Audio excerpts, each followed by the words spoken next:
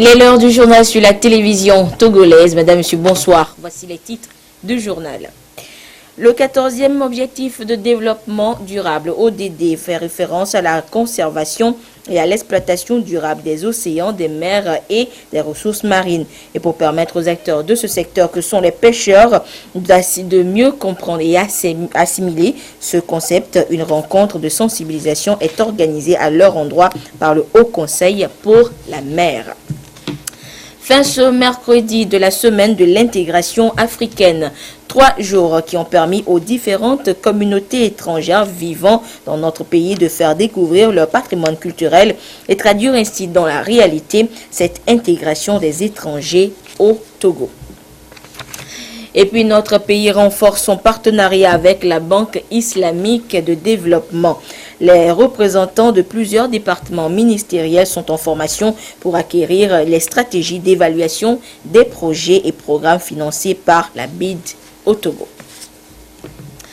Voilà pour les titres, une fois encore, bonsoir. Et nous débutons ce journal avec ce communiqué du gouvernement.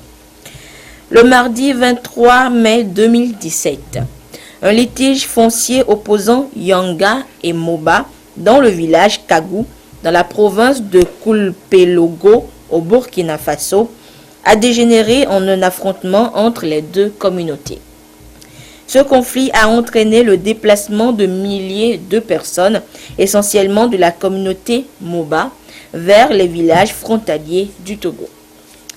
On dénombre à ce jour près de 4000 déplacés installés pour la plupart provisoirement dans les écoles de Diakpaga, dans la préfecture de Tone, Babidjouaré, Samnaba et Babigou dans la préfecture de Saint-Cassé.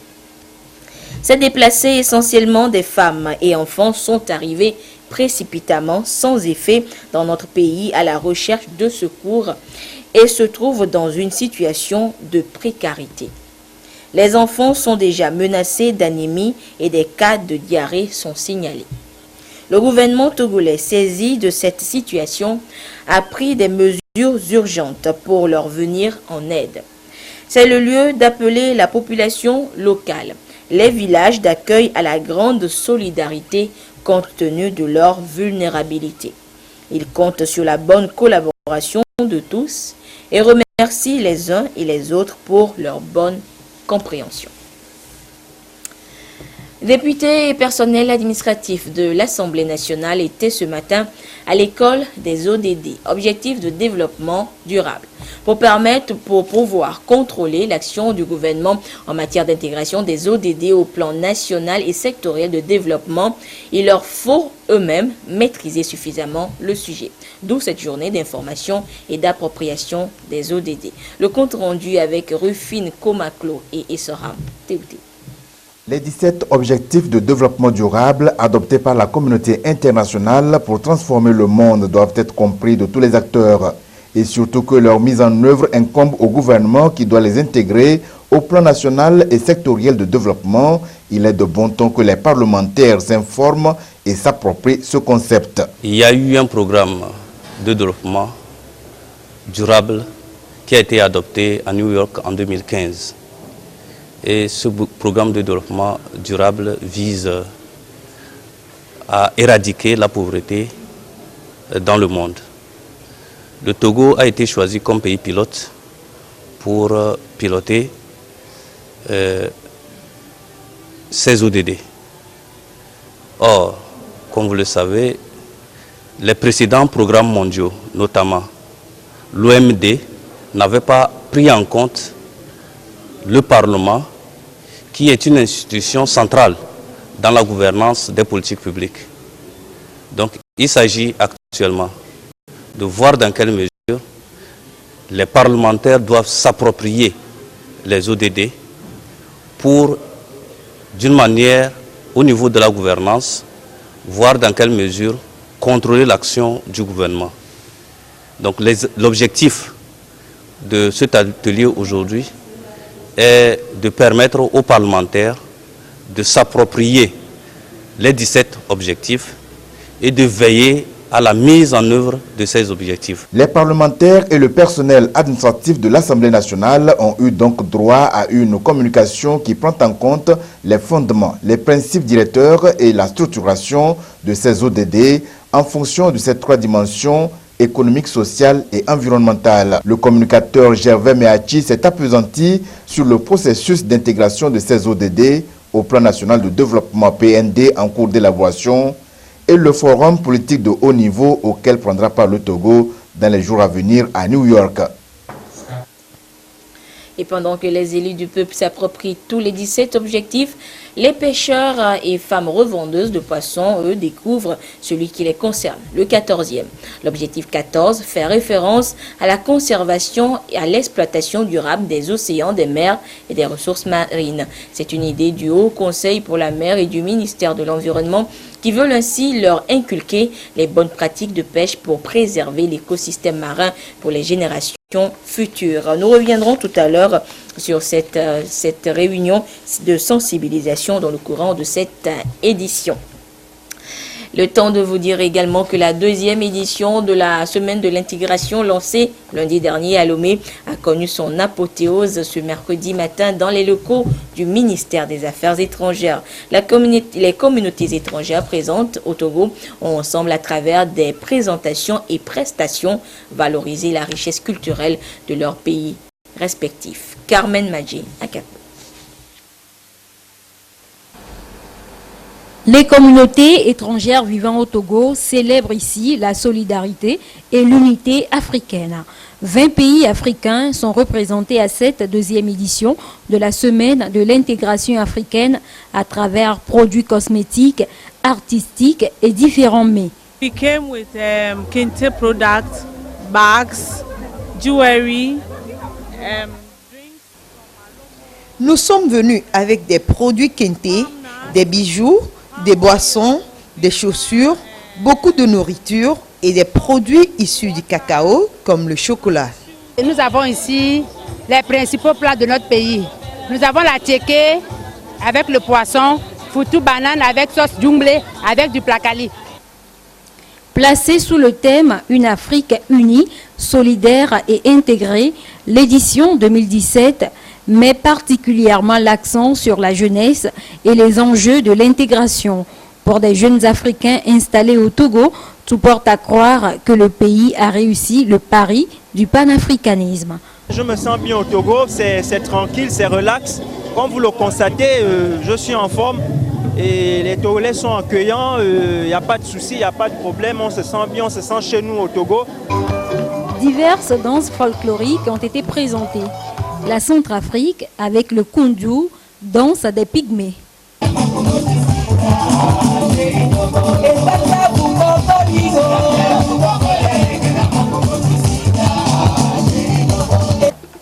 La Guinée-Conakry avec le Tutumba.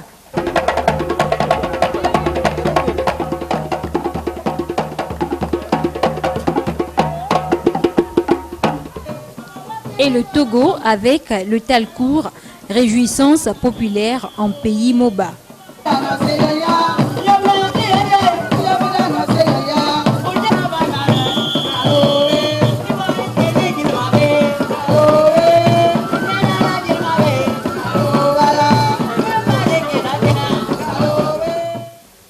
Le ministère des Affaires étrangères et de l'intégration africaine veut par cette action réaliser une organisation politique intégrée de toutes les nations et peuples d'Afrique.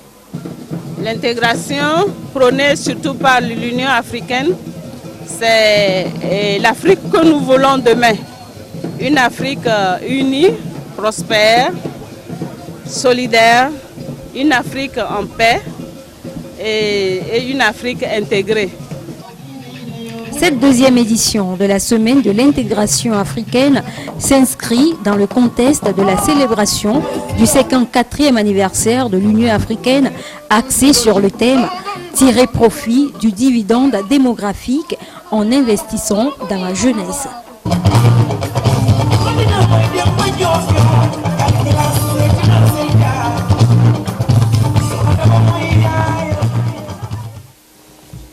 La l'Afrique est riche par sa diversité culturelle.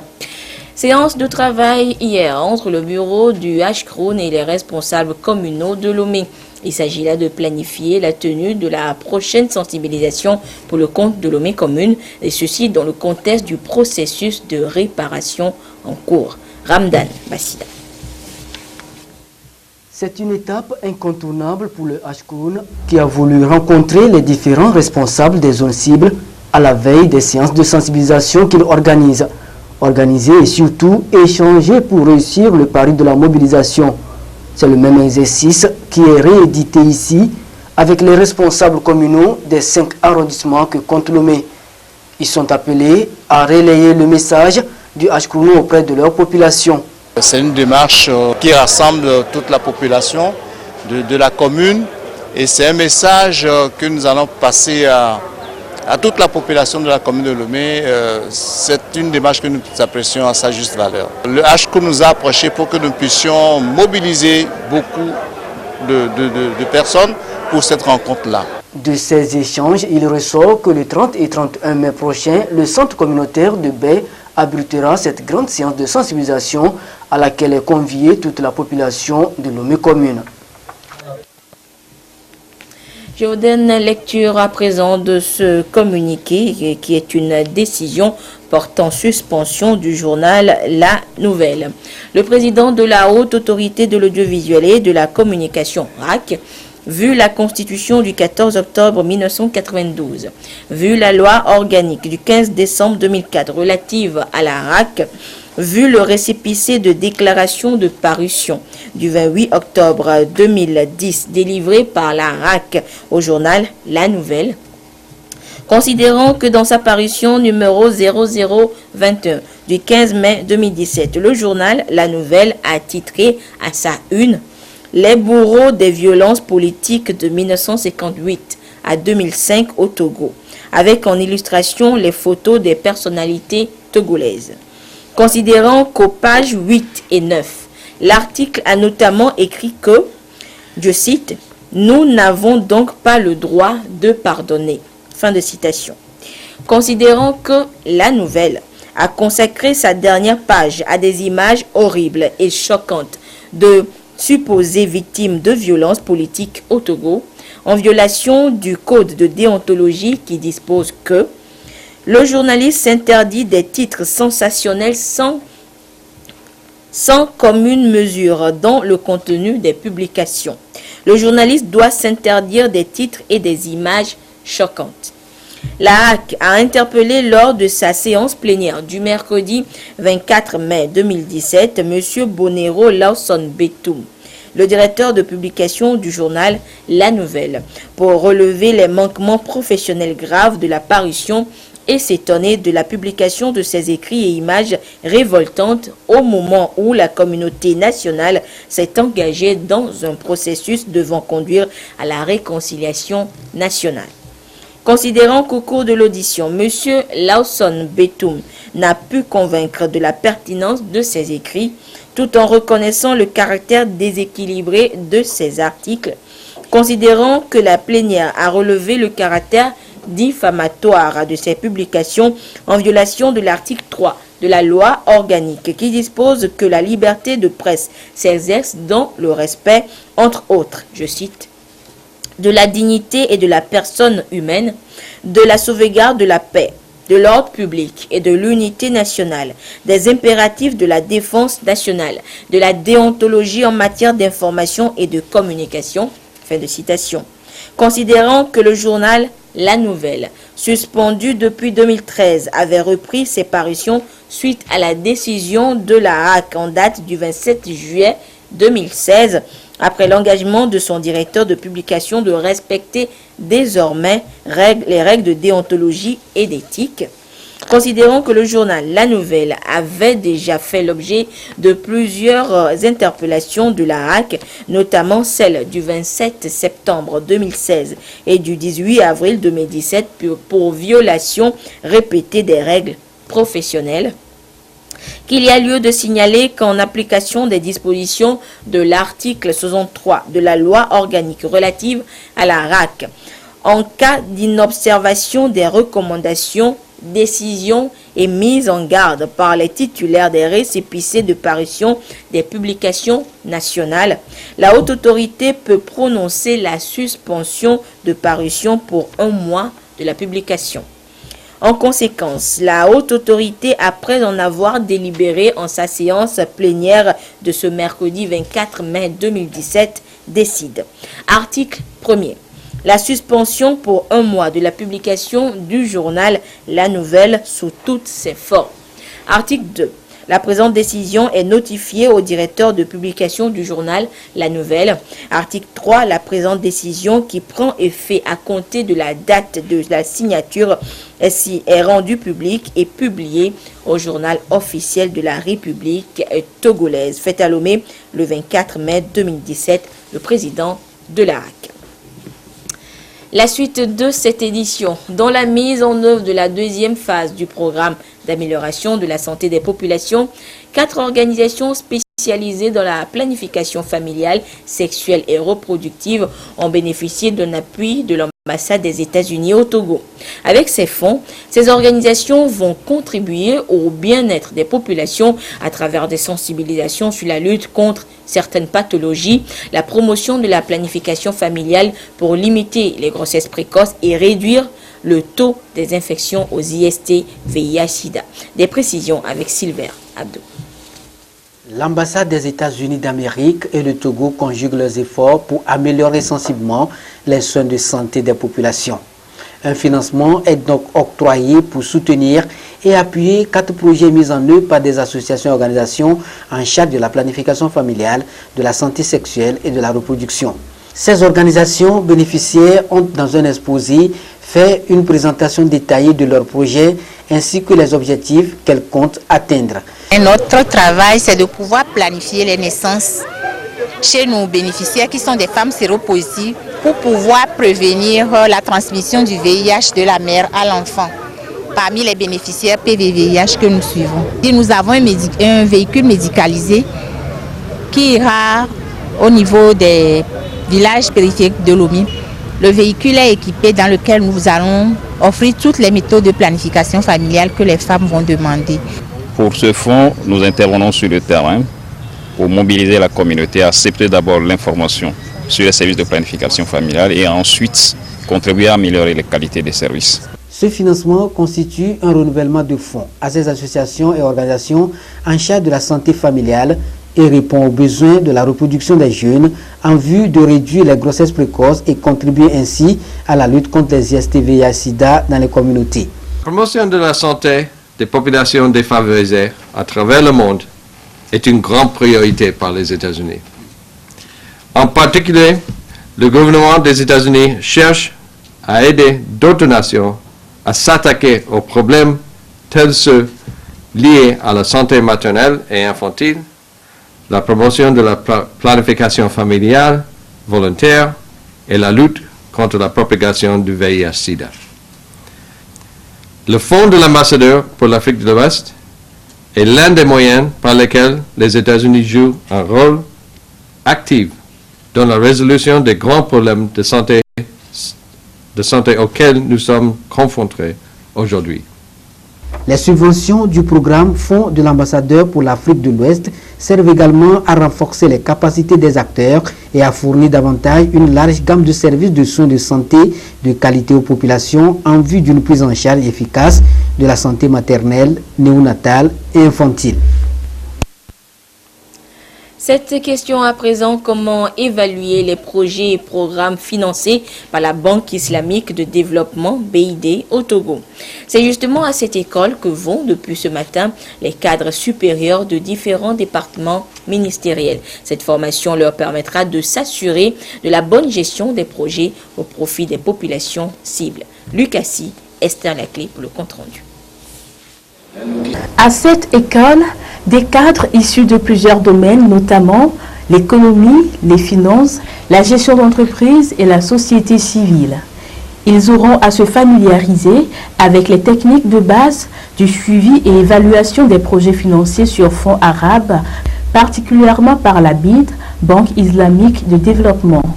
Les financements des fonds arabes, donc de la Banque islamique de développement, mis à la disposition du Togo ne sont pas suffisamment consommés, qu'il y avait un retard dans les décaissements. Et sur cette base, le chef de l'État a demandé à ce que la BID puisse mettre à la disposition de l'État, des cadres togolais, des moyens de renforcement de leurs capacités. Donc c'est dans ce sens-là que cette formation a été initiée. Le Togo entretient donc une excellente relation de coopération avec la BID. Coopération qui a permis en 2016 la signature de 3 conventions de financement pour un montant de 194 millions de dollars. Ces chiffres font passer de 124 à près de 400 millions de dollars le portefeuille de l'institution financière au Togo. Des appuis qui ont permis de financer plusieurs autres projets dans les secteurs de l'eau, assainissement, agriculture, énergie, éducation et infrastructure. Le 32e colloque international de consultation régionale Banque mondiale France CREDAF a pris fin ce jour à Lomé. Plusieurs pays d'Afrique, d'Europe, d'Amérique et les représentants de la Banque mondiale se sont réunis autour du thème de la mobilisation des recettes fiscales. Les actions pour une administration fiscale efficace ont été évoquées durant cette rencontre. Dédé Koussao, Esther Laclé. Les obstacles que les pays rencontrent en matière de mobilisation des recettes ont essentiellement marqué le 32e colloque international du CREDAF, centre de renforcement et d'études des dirigeants des administrations fiscales. C'est la 5e fois que le Togo assure la présidence tournante de cette réunion. 30 pays répartis sur 4 continents ont eu à mener des réflexions sur l'amélioration de la gouvernance des finances publiques. Nous avons insisté en termes de convergence de point de vue sur la nécessité de mettre en place des réformes structurelles qui puissent donner une qualité de service à l'usager par rapport à l'impôt. Aujourd'hui, l'impôt, vous savez, l'impôt est d'abord, ça relève des prérogatives de puissance publique. Mais de plus en plus, nous sommes en train, l'impôt est une contrainte, dit-on souvent, mais de plus en plus les administrations fiscales ont compris qu'il vaut mieux convaincre que de contraindre. Je crois que nous avons insisté également sur tout ce que nous devons faire pour convaincre les citoyens sur la nécessité de payer les impôts et d'accroître donc le civisme fiscal à tous les niveaux. Malgré la mise en place de l'OTR en 2014, le Togo, tout comme d'autres pays, fait toujours face à la réticence de certains contribuables en matière de paiement d'impôts. L'apport du secteur informel au PIB national n'est plus à démontrer et la réunion de Lomé vient aussi renforcer les performances de cette institution. L'objectif premier de l'OTR, c'est d'être une administration au service de l'usager, c'est de faire en sorte que les outils modernes de gestion puissent être implémentés pour que nous puissions travailler pour le meilleur du Togo. Nous voulons que nos administrations soient performantes, mutuelles leur expérience, travaillent dans le sens du développement du pays et puis pour notre bonheur intégral. Port-au-Prince en Haïti va accueillir l'année prochaine cette session appelée à améliorer la performance des administrations fiscales des pays membres du CREDAF avec l'appui de la Banque mondiale. L'Institut régional d'enseignement supérieur et de recherche en développement culturel, IRES-RDEC, a élaboré un projet avec l'appui de l'UNESCO pour la mise en œuvre de politiques culturelles locales. Il s'agit de mettre à contribution les acteurs locaux en charge de programmes de développement communautaire afin d'axer leur politique locale sur le développement culturel. Les précisions avec Tabitha Akapo et Antoinette Homao. On va voir. Dans la plupart des programmes de développement communautaire, les politiques culturelles locales ne sont pas intégrées. Ceci en dépit des potentiels importants dont recèle la culture. C'est pour remédier à cette insuffisance et donner un nouveau souffle au développement communautaire que l'Institut régional d'enseignement supérieur et de recherche en développement culturel IRES-RDEC a initié ce projet qui permet de réunir les acteurs locaux autour des questions liées à l'appropriation et à la mise en œuvre des politiques culturelles locales. Imaginez-vous un artiste local, lorsque dans sa région, il n'y a aucune activité structurante durant toute l'année qui est prévue, sauf les quelques soirées dansantes pendant les fêtes traditionnelles. Ça ne suffit pas. pour faire la promotion de la culture. Et lorsque c'est comme ça, vous ne pouvez pas demander à un banquier de financer cet artiste parce qu'il ne voit pas la culture autrement qu'une intervention sociale. Et quand vous voyez même au niveau de nos sociétés, de la place, la rubrique qui prend en charge les quelques activités culturelles programmées par nos artistes ou nos associations, c'est socio-culturel. Et donc on regarde la promotion culturelle comme une activité d'intérêt social. Non, c'est au-delà de ça, c'est une activité d'intérêt économique. Et donc c'est ce travail de sensibilisation et de formation que nous voulons mener. Il s'agit, à travers ce projet, de créer des conditions pour promouvoir le développement culturel. La vulgarisation se fera dans les chefs-lieux des régions. Le projet a reçu l'appui du Fonds international pour la diversité culturelle de l'UNESCO. L'actualité à l'international est marquée par ce deuil qui frappe le cinéma mondial. Vous êtes amateur de la saga James Bond, vous l'aurez sûrement connu. Il est l'acteur qui aura incarné le plus grand nombre de fois le détective, ce mythique détective à l'écran. L'acteur Roger Moore est décédé hier en Suisse. Il avait 89 ans.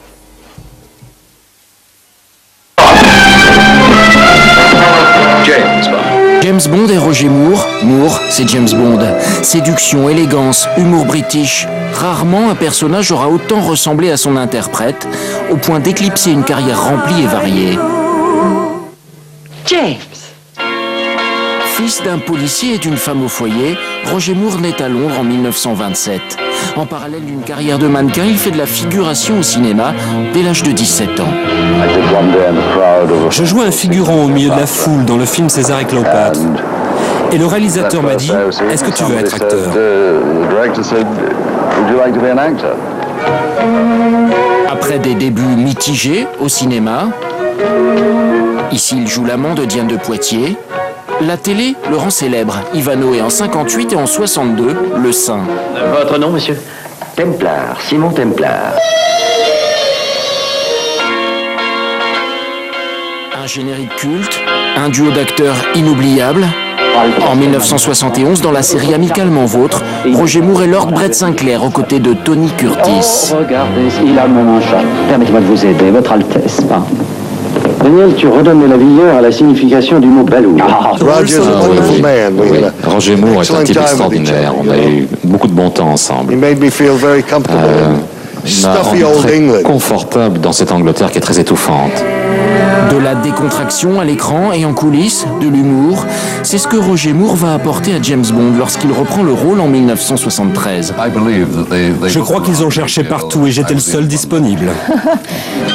L'acteur va incarner l'agent 007 dans 7 films jusqu'en 1985, le héros lui assurant une gloire mondiale.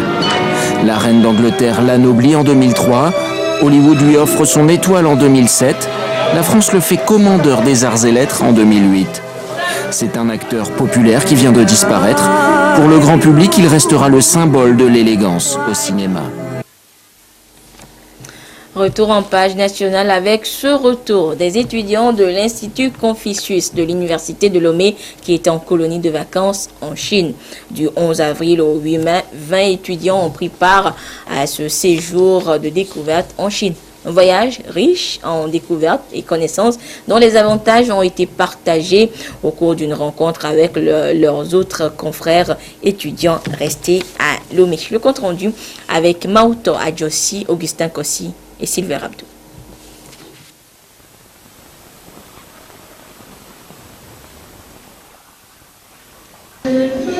Ils fredonnent quelques chansons en chinois avec joie au terme de leur colonie de vacances en Chine. Les 20 meilleurs étudiants 2017 de l'Institut Confucius de l'Université de Lomé sont de retour après 20 jours de découverte et d'apprentissage en terre chinoise. Et au bout de cette odyssée, ils font revivre aux siens les temps forts de cette aventure. Ça a été une expérience vraiment émotionnelle. C'était vraiment trop bon. C'était vraiment un pays vraiment développé.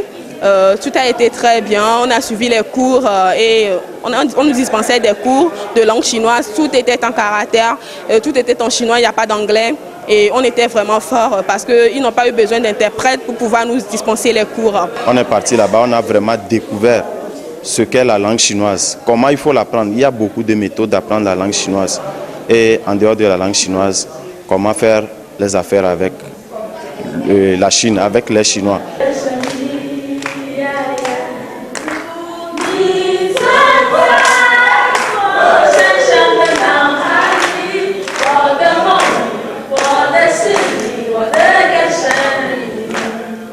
De la découverte des grandes villes chinoises au renforcement de compétences à l'Université des études internationales de Sichuan, ces étudiants se sont frottés à l'univers artistique et culturel de l'Empire céleste.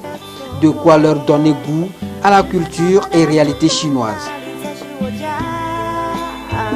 Cette colonie s'organise chaque année, donc suite à un examen dénommé HSK. Donc cet examen permet de jauger le niveau en chinois des étudiants et c'est les meilleurs qui sont sélectionnés pour aller en Chine pour les vacances d'été.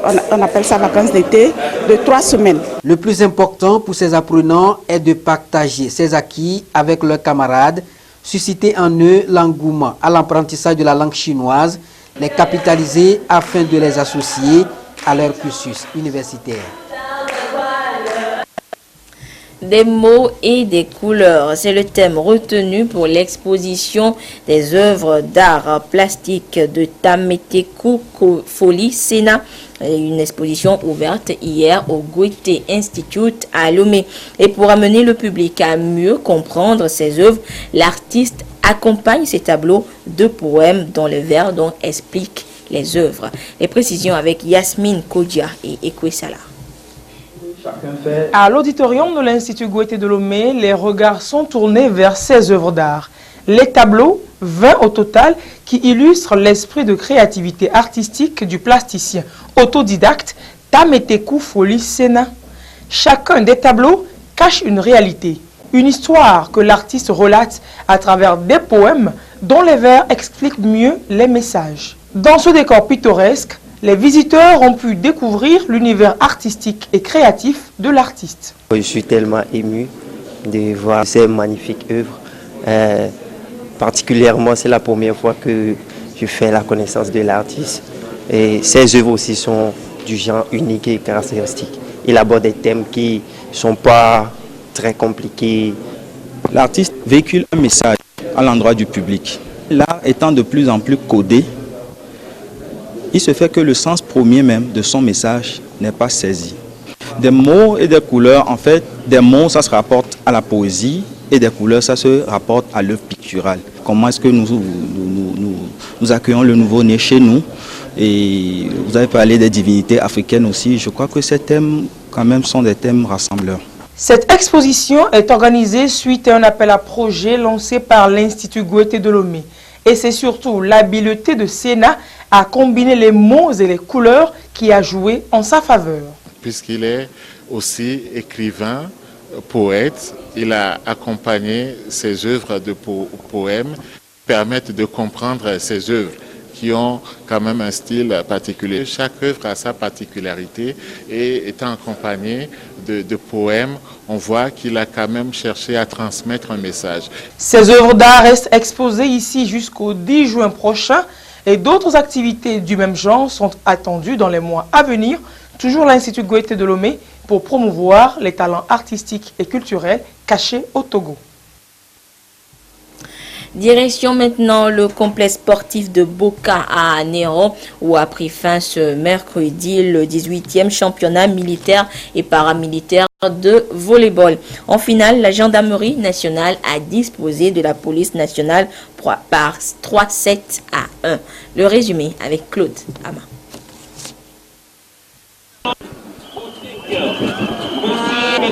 Gendarmerie nationale en blanc et police nationale en rouge, un remake de la finale de la 17e édition de 2015 remportée par la police nationale par 7-0. Un vent de revanche pour la gendarmerie qui a donc entamé la partie en pleine confiance malgré quelques ratés. La gendarmerie se ressaisit et enlève le premier set 25-19. La police nationale, sentant le danger se pointer à l'horizon, réorganise son jeu et remet les pendules à l'heure à 1 set partout, 25-22. La partie sera relancée. Les gendarmes vexés ripostent et gagnent le 3e set 25-23. Mais le 4e set s'annonce décisif pour les deux équipes. La gendarmerie pour gagner et la police pour égaliser. Les gendarmes qui ont été quelque peu inquiétés remettent de l'ordre dans leur jeu et surfent sur leur dynamique pour finalement s'imposer par 25-22, synonyme de revanche et de victoire de la 18e édition. Occasion pour le lieutenant-colonel Agbanapo, commandant du 1er RI, de se réjouir de la cohésion et du fair play qui ont régné tout au long de la compétition. Du 16 à ce jour, 9 jours durant, non-stop, 18 équipes se sont succédées sur les terrains de Pémé et de Boka, cumulant ainsi 40 matchs âprement disputés entre elles.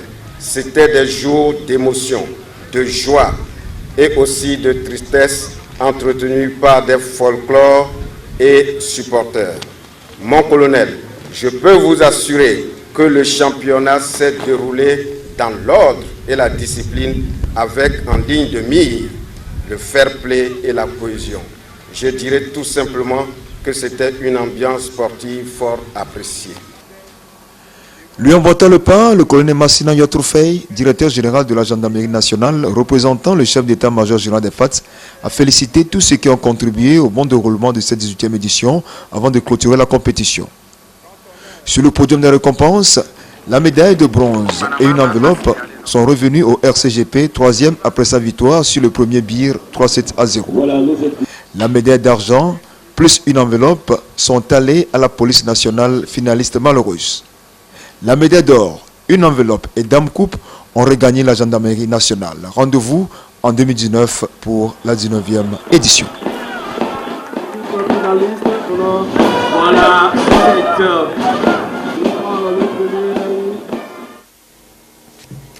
Et voilà, ainsi se referme cette édition. Merci à vous qui nous avez suivis un peu partout au Togo et à travers le monde. À 22h30, vous serez en compagnie de Edem Sousoupo pour la dernière édition du journal. Mais d'ici là, restez fidèles au programme de la mère des télévisions. Au revoir.